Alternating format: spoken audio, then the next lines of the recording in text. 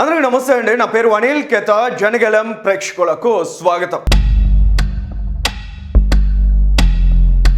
కుక్కతోక వంకర్ అంటారు కదండి, ఆ రకంగా అనిపిస్తోందండి. ఎందుకు అంటారా, అంబటి రాంబాబు మాట్లాడిన తర్వాత ఆంధ్రప్రదేశ్ రాష్ట్రంలో ఉన్నటువంటి మహిళలందరూ కూడా పార్టీలకు అతీతంగా ఇటువంటి రాజకీయ నాయకుల మొహం మీద నిజంగా వాళ్ళ కళ్ళ ముందు కానీ కనిపిస్తే ఊయాల్సిందే అనేటువంటి సిచ్యుయేషన్స్ రాష్ట్రంలో కనిపించాయండి. ఎందుకంటే ఒక సీనియర్ రాజకీయ నాయకుడు, ఆయన మంత్రిగా పనిచేస్తున్నాడు, ఇవాళ ఆ పార్టీకి సంబంధించిన మౌత్ పీస్గా ఉన్నాడు, నోరేసుకుని ప్రభుత్వం మీద పడిపోతూ ఉంటాడు. మరి ఆంధ్రప్రదేశ్ రాష్ట్రంలో 76 సంవత్సరాలు పైబడినటువంటి ఒక నాయకుడు, సీనియర్ నాయకుడు, ముఖ్యమంత్రిగా ఇన్నిసార్లు పనిచేసినటువంటి నాయకుడు, ఆంధ్రప్రదేశ్ రాష్ట్రానికి ఎనలేని సేవలు చేసినటువంటి ఒక నాయకుడి మీద ఆ రకమైనటువంటి మాట మాట్లాడిన తర్వాత జగన్మోహన్ రెడ్డి మొన్న ఈ మధ్య ఒక ప్రెస్ మీట్లో చెప్పారండి, ఆయన తండ్రి వయస్సు కలిగినటువంటి చంద్రబాబు నాయుడు గారిని. మరి జగన్మోహన్ రెడ్డి గారు మీ తండ్రి గారినే అంబటి రాంబాబు ఆ రకమైనటువంటి ఒక మాట వదిలేసి, లేదు రెడ్డి గారు క్షమించండి అంటే జగన్మోహన్ రెడ్డి క్షమిస్తాడండి? క్షమించలేడు కదా.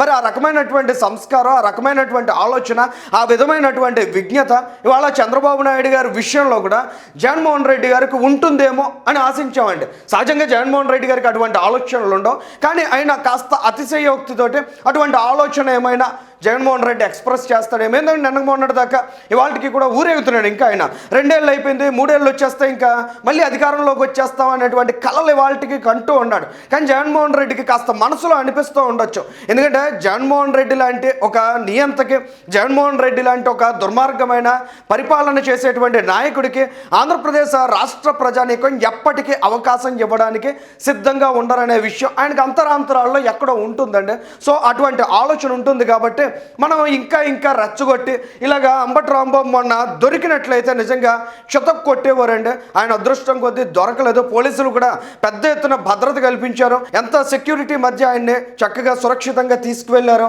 అనేది కూడా అందరూ చూశారు కదండి. సో ఆ రకమైనటువంటి సిచ్యువేషన్స్ మళ్ళీ రానున్న రోజుల్లో రాకుండా ఉండడానికి జగన్మోహన్ రెడ్డి గారు ఎక్కడి నుంచైనా రాజకీయాలు మనం పద్ధతిగా నడుపుకోవాలి, ఏ పార్టీ వాళ్ళైనా ఈ రకమైనటువంటి కామెంట్స్ రాకూడదు. ఇలా నోటికి వచ్చినటువంటి మాటలు మాట్లాడడం వలన సెంటిమెంట్స్ క్రియేట్ చేసినటువంటి వాళ్ళం అవుతాం. సో ఈ రకమైన నీచమైన రాజకీయం ఏదైతే అంబటి రాంబాబు లాంటి వాళ్ళు ప్రస్తావనలోకి తీసుకువచ్చారో వాటన్నిటికీ ఫుల్ స్టాప్ పెట్టేద్దాం అనేటువంటి ఒక గౌరవప్రదమైన కామెంట్ ఒక్కటైనా చేస్తారేమో అనుకున్నామండి. అందుకని ఇందాక చెప్తున్నాం, కుక్కతోక వంకర అన్నాం కదా. జగన్మోహన్ రెడ్డి గారి రాజకీయ విధానాలు కూడా అటువంటి వంకర రాజకీయ ఆలోచనలు, ఆ విధానాలు ఎప్పటికీ మారవనేది చాలా సుస్పష్టంగా అర్థమైందండి. జగన్మోహన్ రెడ్డి గారు అక్కడికి వెళ్ళి అంబటి రాంబాబు గురించి ఏం మాట్లాడారో ఒకసారి వినండి. అది సంస్కారం కలిగిన వ్యక్తిగా అంబటి రాంబాబు అన్న వివరణ కూడా ఇచ్చాడు. అంతటి సంస్కారం ఉన్న వ్యక్తిని నిజంగా చేతనైతే పొగడాలి. ఇంతకంటే నీచం ఇంకేమన్నా ఉందా? జగన్మోహన్ రెడ్డి గారు చేతనైతే పొగడాలట, సంస్కారం అట. ఆ రకమైనటువంటి లకారాన్ని మాట్లాడేసిన తర్వాత క్షమాపణ చెప్పడానికి కూడా నోరు రానటువంటి నోరు అది. అక్కడికి వచ్చిన తర్వాత కూడా ఇంకా రెచ్చగొట్టాడు ఆయన అంబటి రాంబాబు. నా ఇంట్లో కుక్క కూడా మీకు భయపడదు అనేటువంటి మాటలు మాట్లాడడం వలన ఎంత ఎమోషనల్గా అక్కడ ఉండేటువంటి క్యాడర్ని, లీడర్స్ని అంబటి రాంబాబు రెచ్చగొట్టేటువంటి ప్రయత్నం చేశాడు అనేది చాలా క్లియర్గా ఎస్టాబ్లిష్ అవుతుంది.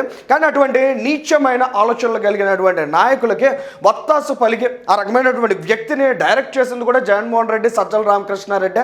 ఇందులో ఏ విధమైనటువంటి డౌట్ లేదు. అందుకే వెనకేసుకు వస్తున్నాడండి.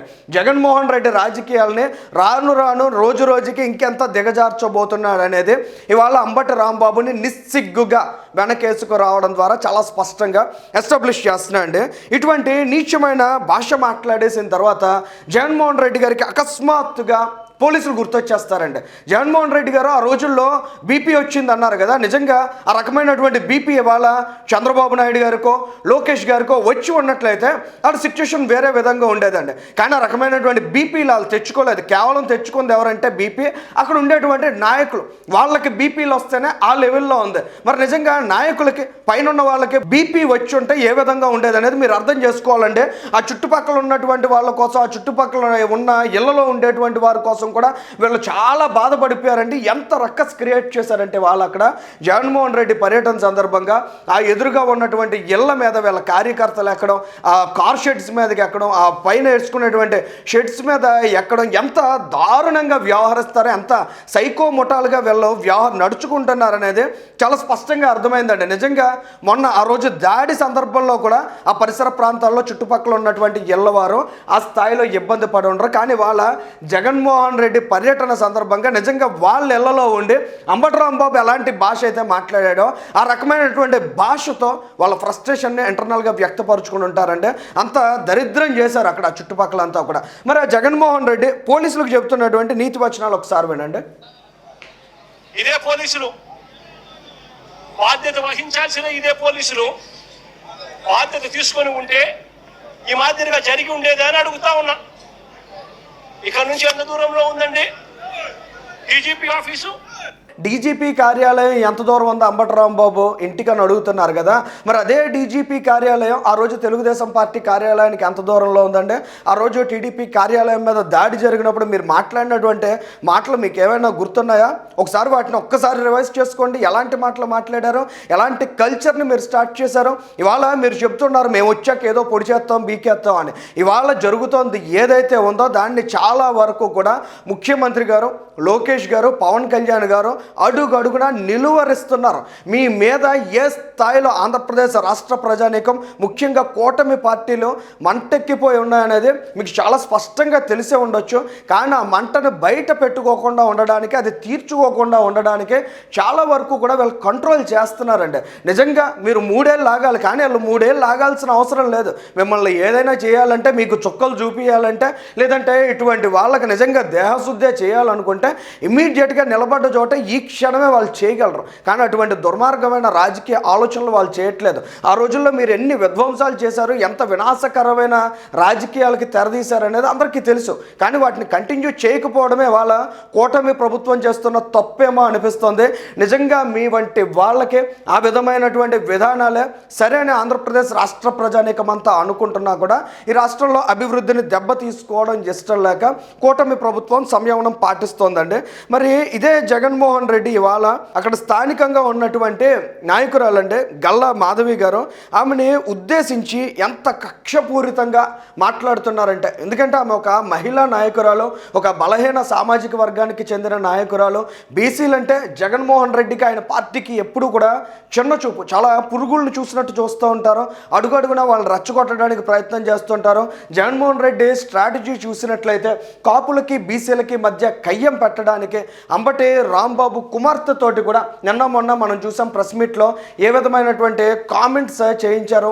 ముఖ్యంగా స్థానిక ఎమ్మెల్యేకి సంబంధించినటువంటి మాటల్ని ఈమె ద్వారా మాట్లాడించడం ద్వారా కాపులకి బీసీలకి మధ్య చిన్న కాన్ఫ్లిక్ట్ తీసుకొద్దాం అనేటువంటి ఆలోచన వైఎస్ఆర్ కాంగ్రెస్ పార్టీ చేసిందండి. కానీ జగన్మోహన్ రెడ్డి గారు ఇవాళ ఒక మాజీ ముఖ్యమంత్రి స్థాయిలో ఉన్నటువంటి వ్యక్తి ఏ విధంగా మాట్లాడారంటే, పోలీసుల మీద ఎప్పుడు మాట్లాడుతూ ఉంటారో దానితో పాటు స్థానికంగా ఉన్నటువంటి నాయకులను ఉద్దేశించి మరీ ముఖ్యంగా పర్టికులర్గా టార్గెటెడ్గా అక్కడ ఉండేటువంటి గల్లా మాధవి గారిని ఉద్దేశించి, ఎందుకంటే జక్కంపూడి రాజా గారితో కూడా చూసామండి కామెంట్, వీళ్ళ అధికారంలోకి వచ్చిన తర్వాత ఒక బలహీన సామాజిక వర్గానికి చెందినటువంటి మహిళా నాయకురాల్ని జుట్టు పట్టుకొని రోడ్డు మీదకి ఈడ్చుకు వస్తారట. ఇటువంటి మాటలను అసలు సాధారణంగా ఎవరైనా మాట్లాడడానికి ధైర్యం చేస్తారా? అసలు అటువంటి నీచత్వానికి ఒడిగడతారా? కానీ జగన్మోహన్ రెడ్డి పార్టీలో ఉన్నటువంటి నాయకులకి ఇంత దుర్మార్గమైనటువంటి ఆలోచన సరళి ఉంది. సో 2029లో ఆ పార్టీకి కనీసం 11 సీట్లు కూడా ఇవ్వకూడదని ఆంధ్రప్రదేశ్ రాష్ట్ర ప్రజానీకమంతా నిర్ణయం తీసుకోవడానికి ఈ రకమైనటువంటి ప్రకటనలు అనేవి కారణం కాబోతున్నాయండి. జగన్మోహన్ రెడ్డి మాట్లాడినటువంటి కామెంట్ కూడా ఒకసారి చూడండి. వడ్డీతో సహా చెల్లిస్తారు అని కూడా ఈ సందర్భంగా అందరికీ కూడా చెప్తా ఉన్నాం.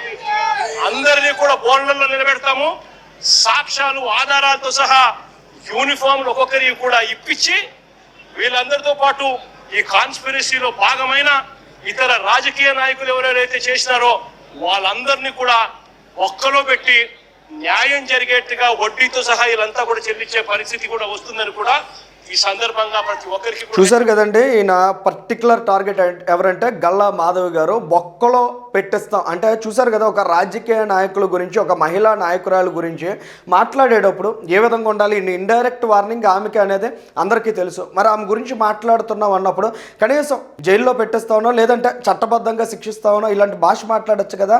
లేదు, జగన్మోహన్ రెడ్డి గారికి అటువంటి సంస్కారం లేదు. సంస్కారహీనుల పార్టీగా వైఎస్ఆర్ కాంగ్రెస్ పార్టీని జగన్మోహన్ రెడ్డి గారు ప్రకటించుకుంటున్నారు. అందులో భాగంగానే ఆమెను ఉద్దేశించి బొక్కలో పెట్టేస్తాం అనేటువంటి మాట మాట్లాడారు. పోలీసుల బట్టలు కూడా తీయిస్తారట, విప్పిస్తారట. ఈ రకమైనటువంటి ఆలోచన ధోరణితో జగన్మోహన్ రెడ్డి గారు ఆంధ్రప్రదేశ్ రాష్ట్రంలో భయోత్పాదాన్ని క్రియేట్ చేయడానికి, ఆంధ్రప్రదేశ్ రాష్ట్రాన్ని అస్థిరపరచడానికి ఇలాంటి సైకో నాయకుల్ని విచ్చలవిడిగా సమాజం మీద విడిచిపెట్టి ఈ రాష్ట్రంలో అభివృద్ధి జరగకుండా ఉండడానికి శత విధాల రానున్న 3 సంవత్సరాల కాలం పాటు ప్రయత్నాలు చేయబోతున్నారనేది చాలా స్పష్టంగా అర్థమవుతోంది. మరి ఈ మంచి ప్రభుత్వం, కూటమి ప్రభుత్వం జగన్మోహన్ రెడ్డి గారి విషయంలో ఎలాంటి వైఖరిని అవలంబిస్తుంది, ఏ విధంగా ముందుకు వెళ్తుంది అనేది కూడా ఖచ్చితంగా వెయిట్ చేసి చూడాలండి. ఈ వీడియోకి సంబంధించి మీ అభిప్రాయాలను కూడా కామెంట్ చేయండి. Thank you.